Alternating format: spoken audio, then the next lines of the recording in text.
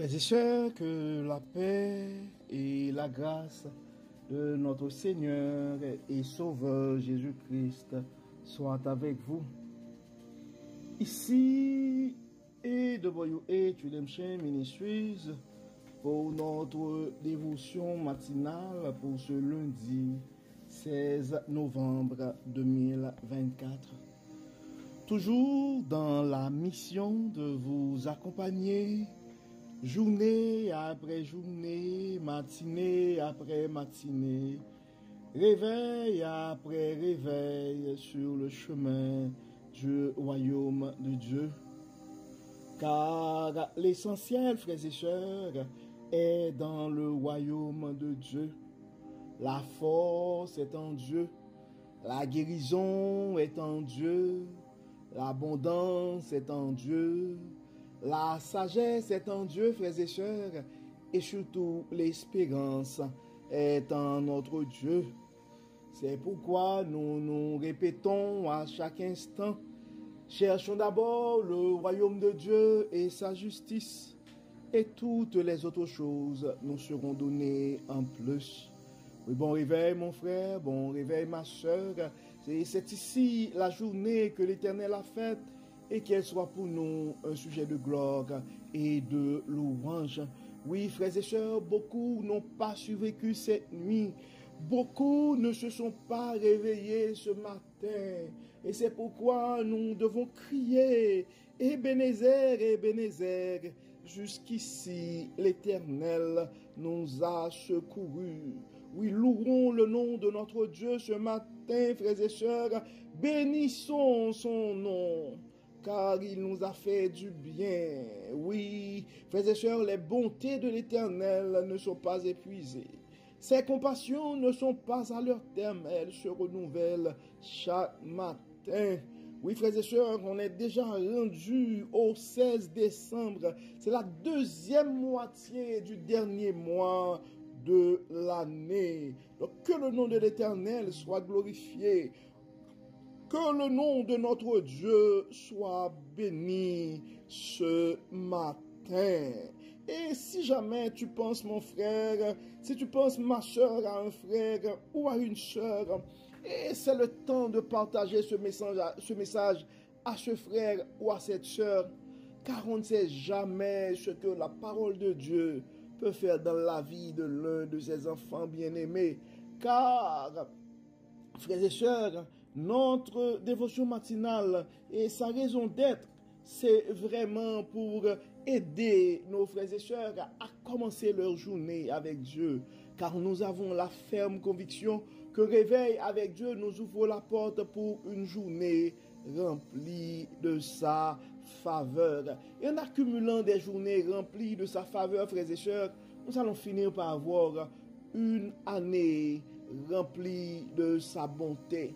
Et en accumulant des années remplies de la bonté de Dieu, nous allons finir par avoir une vie comblée de ses plus riches bénédictions.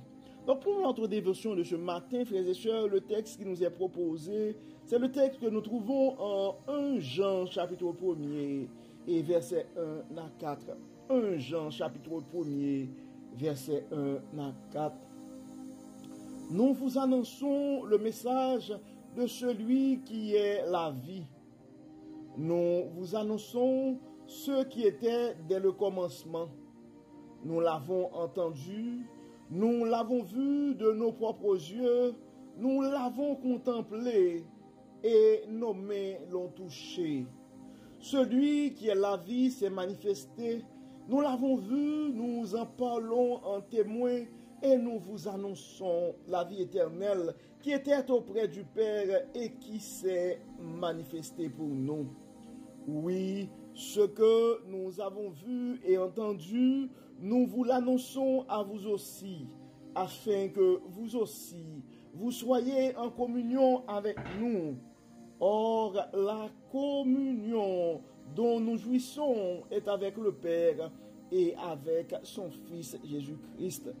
Si nous vous écrivons ces choses, c'est pour que notre joie soit complète. Si nous vous écrivons ces choses, c'est pour que notre joie soit complète. Nous venons de lire, et frères et sœurs, et le texte que nous trouvons dans la première lettre de Jean, et nous avons lu le chapitre 1er, et nous avons lu les 4 premiers versets. En fait, comme d'habitude, c'était la version, la Bible du semeur, et le titre accordé à ce texte est le suivant, le fondement, le message des apôtres. En fait, frères et sœurs, des fois, on nous raconte des choses, on peut généralement, quand on essaie de convaincre quelqu'un, soit pour acheter un programme, soit pour acheter un produit, et généralement, les gens veulent des témoignages. Les gens veulent savoir, est-ce qu'il y a quelqu'un qui a déjà expérimenté ce produit et est-ce que cette personne a eu des résultats? Mais je pourrais dire, frères et sœurs, c'était un peu l'approche de Jean pour rappeler aux destinataires de cette lettre que, en fait, l'évangile que nous prêchons, ce n'est pas de la petite histoire. Ce Jésus dont nous parlons, nous l'avons rencontré, nous avons vécu avec lui. Nous avons constaté sa mort et on a vu aussi son enlèvement. Donc le Jésus qu'on parle, frères et sœurs, ce n'est pas quelqu'un qui est mort et qui n'est pas ressuscité. Ce n'est pas la petite histoire. Ça ne fait pas partie des légendes, mais c'est une réalité. En fait, pendant cette période de Noël, nous sommes en train de vraiment prêcher ou de commémorer la naissance de ce Jésus qui est en fait Dieu parmi nous. C'est ce qu'on appelle d'ailleurs l'incarnation. Donc, mon frère, ma soeur, et des fois particulièrement quand on est jeune et quand on est élevé dans l'église, on nous raconte des histoires à l'école du dimanche et d'après nous, on rentre ça dans des histoires. Mais nous devons nous rappeler que c'est une réalité. Et quand on parle de la puissance de notre Dieu, c'est un Dieu réel. Et c'est un Dieu que même si nous n'avons pas vécu avec lui, nous pouvons voir sa puissance, expérimenter sa puissance à travers l'expérience. Donc c'est le fondement du message des apôtres, mais c'est le fondement aussi de notre foi. Nous vous annonçons le message de celui qui est la vie. Nous vous annonçons ce qui était dès le commencement. Nous l'avons entendu, nous l'avons vu de nos propres yeux, nous l'avons contemplé et nos mains l'ont touché. Celui qui est la vie s'est manifesté.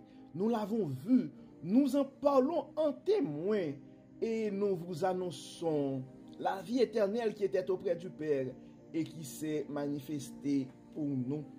Donc je ne sais pas c'est quoi ton état d'esprit ce matin. Je ne sais pas quels sont les défis qui sont devant toi ce matin. Mais tu dois te rappeler que ce Jésus dont nous parlons ce matin, le Dieu que nous servons, c'est un Dieu puissant. Et si tu agis ta foi ce matin, tu peux faire l'expérience de sa puissance. Donc tu peux voir ce Dieu tout-puissant à travers ta vie, à travers ta foi, dans l'expérience avec lui. Donc pour cette fin d'année, je ne sais pas, et probablement tu regardes tes rêves, tu regardes tes projets, les objectifs que tu avais pour cette année, puis probablement, et tu dis, écoute, je t'invite à aller vers ce Dieu et à remettre à ses pieds ce matin tous tes soucis, toutes tes inquiétudes, tes problèmes. Nous t'invitons à remettre tout ça, tous tes fardeaux ce matin à ses pieds. Et je suis convaincu, autant marqué, tu auras à témoigner, mon frère. Autant marqué, tu auras à témoigner, ma soeur. Et ça nous ferait plaisir de recevoir dans les commentaires ton témoignage. Car nous savons, le Dieu que nous servons, c'est un Dieu fidèle, c'est un Dieu bon, et il prend soin de ses enfants. Je t'invite, mon frère, je t'invite, ma soeur, à activer ta foi, à faire confiance à ce Dieu. Donc, nous allons prier ce matin. Nous allons prier pour nos malades. Nous allons prier pour des frères et sœurs qui ont des montagnes devant eux présentement. Et nous allons demander à ce Dieu Tout-Puissant qui n'abandonne jamais ses enfants d'intervenir dans les maladies, d'intervenir dans les soucis, dans les problèmes de famille, dans les soucis financiers. Nous allons demander à ce Dieu d'intervenir. Prions le Seigneur. Dieu de bonté, Dieu de grâce, Dieu de toute miséricorde, nous te disons merci pour ton amour. Merci pour ta grâce et merci pour ta fidélité. Merci Seigneur pour la manière que tu n'arrêtes pas de nous parler. Merci Seigneur pour la manière que tu n'arrêtes pas de nous révéler ta sagesse. Dieu de bonté, Dieu de grâce, Dieu de toute miséricorde, nous remettons entre tes mains ce matin les soucis de nos frères et sœurs. Beaucoup d'entre eux sont malades. Certains d'entre eux ont des problèmes de famille, soit avec des enfants, soit avec des conjoints, soit avec des frères, soit avec des sœurs.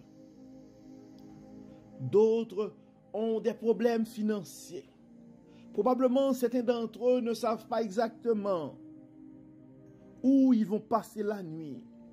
Probablement, certains sont avec des enfants présentement et cherchent un logement. D'autres s'inquiètent pour leur avenir. D'autres commencent à avancer en âge et se posent plein de questions par rapport à leur retraite. Nous avons des jeunes qui sont inquiets pour leur avenir. Il y a certains qui cherchent un conjoint. Il y a d'autres qui cherchent à avoir des enfants. Dieu de toute bénédiction, Dieu de toute grâce, Dieu de toute miséricorde, nous demandons de pouvoir à leurs besoins. Dieu de grâce, Dieu de miséricorde, beaucoup sont présentement inquiets pour leur avenir dans un pays étranger. Pourvoir à leurs besoins. D'autres sont inquiets pour leur vie. Sont dans des pays présentement où il y a des explosions partout, où l'insécurité fait rage. Assiste, Seigneur. Protège, Seigneur. D'autres n'ont pas des problèmes de santé physique, mais ont des problèmes de santé mentale. Dieu clément, Dieu de bonté, accorde-les ta grâce. Fais briller ta puissance dans leur vie. Donne à tes enfants bien-aimés un témoignage face à ces situations. Bénis Seigneur, guéris Seigneur, protège Seigneur, et que tout soit fait dans nos vies pour la gloire de ton nom. Au nom de Jésus. Amen. Amen. Frères et sœurs, nous arrivons au terme de notre dévotion pour ce lundi matin. Nous espérons que votre âme a été bénie. Et d'ici là, nous vous souhaitons une excellente journée sous le regard du Dieu Tout-Puissant. Que le Seigneur nous bénisse, que le Seigneur nous protège, que le Seigneur nous accorde sa grâce et sa paix. Encore une fois, bon lundi et bonne semaine sous le regard du Dieu Tout-Puissant. Bye bye et à demain.